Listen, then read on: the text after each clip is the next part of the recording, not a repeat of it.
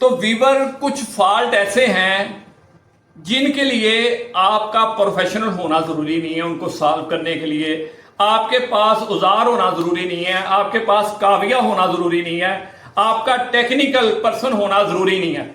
Just आपको simple knowledge होना चाहिए। बहुत सारे कंप्यूटर आप अपने घर में बगैर औजारों के, बगैर टेक्निकल स्किल के बिल्कुल आसानी से ठीक कर सकते हैं। जैसे कि हमारे पास ये HP का एक आई सीरीज का सिस्टम आया है। ये सिस्टम का जैसे ही मैं बटन ऑन करता हूं, इसकी लाइट वो जलती है, बीप की आवाज आती है और ये बंद हो जाता है। ये बिल्कुल आसान फॉल्ट है जो कि कॉमन कंप्यूटर में आता रहता है और अक्सर लोग इतने सिंपल फॉल्ट को लेके हमारे पास आते हैं। जरूरी नहीं कि ये HP के कंप्यूटर में भी आए, ये किसी भी कंपनी का कंप्यूटर है उसमें ये फॉल्ट आ सकता है। आइए आपको हम ये फॉल्ट सॉल्व करके दिखाते हैं। देखें, मैं इसमें पावर केबल लगा रहा हूं, तो यहां पे फोकस कीजिए जरा। ये इसका मैंने पावर ऑन बटन दबाया है तो ये लाइट चल के बंद हो गई है, साथ में हल्की सी बीप की आवाज आई है, फिर ये लाइट चली है, बंद हो गई है। यानी लाइट ब्लिंक करती है, बंद हो जाती है, हल्की सी बीप की आवाज आती है। तो मेरे भाई ये बिल्कुल आसान और सिंपल फॉल्ट है जो कि कंप्यूटर में कॉमन है। ये देखें, ये मैंने इसका पैनल उतार दिया ऊपर वाला।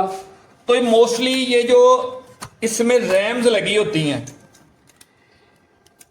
इन रैम में कार्बन आ जाता है या स्लॉट में कार्बन आ जाता है, जिसकी वजह से ये कंप्यूटर प्रॉपर चल नहीं पाता, चाहे वो HP का है, डेल का है, लेनोवो का है, किसी भी कंपनी का है। अब इसमें मैं आपको एक ओके रैम, वेरीफाई रैम लगा के ऑन करके चेक करवाता हूं, फिर उस रैम को हम साफ करके दोबारा उसमें लगाते हैं। ये देखें, मैंने रैम इसमें इंस्टॉल कर दी है। तो ये पावर केबल मैं लगाने लगा हूं और यहां से इसको बटन, पावर ऑन का बटन प्रेस करता हूं।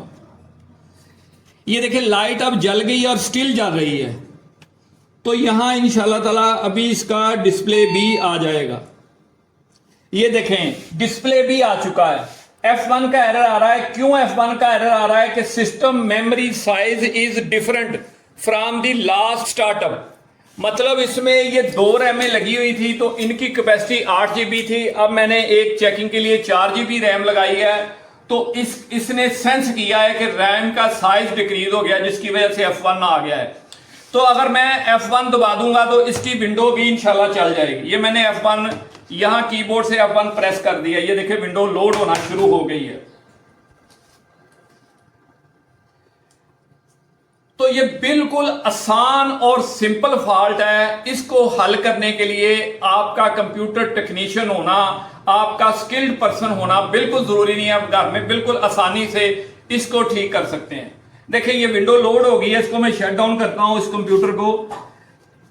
ये पावर ऑन बटन से भी आप बटन दबा के इसको शट डाउन कर सकते हैं, माउस से भी शट डाउन कर सकते हैं, कीबोर्ड से भी शट डाउन कर सकते हैं। अब देखिए, मैं प्रीवियस वीडियोस में आपको बता चुका हूं कि ये रैम के ये जो पॉइंट्स होते हैं, गोल्डन पॉइंट्स, इन पे कार्बन आ जाता है। इन पॉइंट्स में कभी वो नजर आता है, कभी वो नजर नहीं आता, लेकिन हमें डिस्टर्ब कर रहा होता। इनको आप थिनर थोड़ा सा लेके या इसमें पेट्रोल थोड़ा सा लगा के, या ये रेजर जो होती है, रबड़ होती है, उससे या रेगमार के पीस से इनको बिल्कुल आराम आराम से साफ कर सकते हैं। आप किसी कपड़े से भी इनको अच्छी तरह रगड़ के साफ कर सकते हैं। इसके बाद ये जो स्लॉट हैं जहां पे रैम हमारी इंस्टॉल होती हैं, इनमें भी आपने अच्छी तरह बुरश मार लेना है। ठीक है, इनमें भी बुरश मार लेना है आपने अच्छी तरह। अब यही रैम्स जो अभी थोड़ी देर पहले हमारी चल नहीं रही थी, ये देखें, मैं इसमें ये 4 GB का एक मॉड्यूल लगाता हूं और 4 GB का दूसरा मॉड्यूल लगाता हूं, जो पहले अभी नहीं चल रहे थे दोनों मॉड्यूल। यहां से कंप्यूटर को ऑन करता हूं। देखें, ये वाइट लाइट चलने के बाद बंद हो रही थी और की बीप की वॉइस आ रही थी। तो अब ये लाइट रेगुलर चल रही है। देखें, वो डिस्प्ले आ चुका है। सेम, चूंकि मैंने 4 GB रैम लगाई थी तो इसलिए ये एरर आ रहा है कि रैम का साइज चेंज हो गया है, मेमोरी साइज एरर। तो F1, ये मैं F1 करता हूं तो इसकी विंडो दोबारा से लोड हो जाएगी। तो व्यूअर, कुछ फॉल्ट ऐसे हैं जिनके लिए आपका प्रोफेशनल होना जरूरी नहीं है। उनको सॉल्व करने के लिए आपके पास औजार होना जरूरी नहीं है, आपके पास काविया होना जरूरी नहीं है, आपका टेक्निकल पर्सन होना जरूरी नहीं है। जस्ट आपको सिंपल नॉलेज होना चाहिए। ये कंप्यूटर जो अभी नहीं चल रहा था, जस्ट हमने रैम की स्लॉट साफ की हैं और रैम के पॉइंट साफ किए हैं, तो ये कंप्यूटर वर्किंग पोजीशन में आ गया है।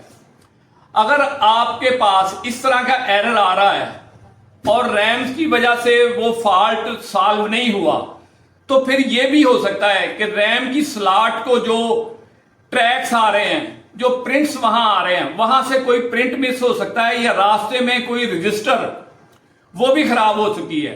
कमेंट बॉक्स में हमें कमेंट कीजिएगा।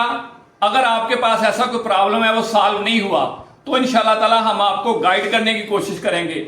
और जिन भाइयों का रैम की वजह से या रैम की स्लॉट में कार्बन की वजह से कंप्यूटर लैपटॉप नहीं चल रहा था, हमारी वीडियो देखने के बाद उनका कंप्यूटर चल गया, वो तो लाजमी तौर पे कमेंट करें, लाइक करें, शेयर करें, हमारे चैनल को सब्सक्राइब करें, ताकि हमें कम से कम इस बात का पता चले कि हमारी वीडियो देख के कितने लोगों को फायदा हो रहा है। दुआओं में याद रखिएगा। नेक्स्ट वीडियो में मिलते हैं। अल्लाह हाफिज।